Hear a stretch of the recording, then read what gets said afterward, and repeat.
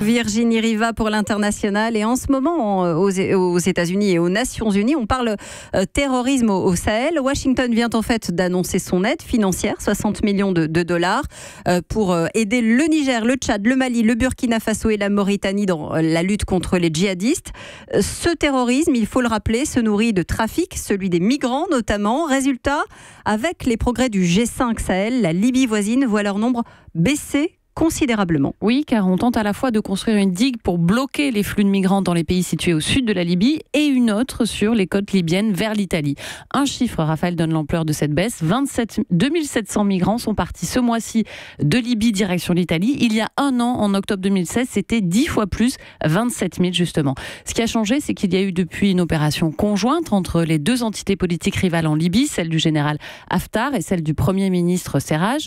Le trafic de migrants a été déstabilisé, notamment à Sabrata, d'où partaient les 3/4 des migrants.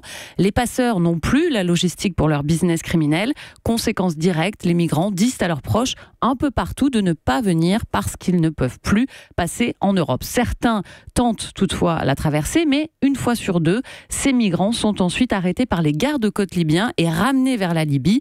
L'Union européenne finance même la formation de ces gardes-côtes. Alors ça marche, vous venez de le dire, Virginie, mais à quel prix ? Au prix d'une Europe qui piétine ses valeurs. Aujourd'hui, on connaît parfaitement les conditions de détention des migrants sur le sol libyen. Elles sont infernales. Ils ont déjà connu la torture lorsqu'ils étaient aux mains des clans criminels. Le Haut Commissariat pour les réfugiés demande à l'Union européenne de créer un centre à Tripoli qui soit ouvert et non fermé. Mais les milices qui surveillent les camps devraient obtenir une compensation financière pour accepter de laisser la place aux ONG. Et cette solution est durable ? Disons que rien ne fonctionnera sans un accord politique en Libye. La France considère que l'envoyé spécial des Nations Unies, Ghassan Salamé, a de bonnes chances d'y parvenir.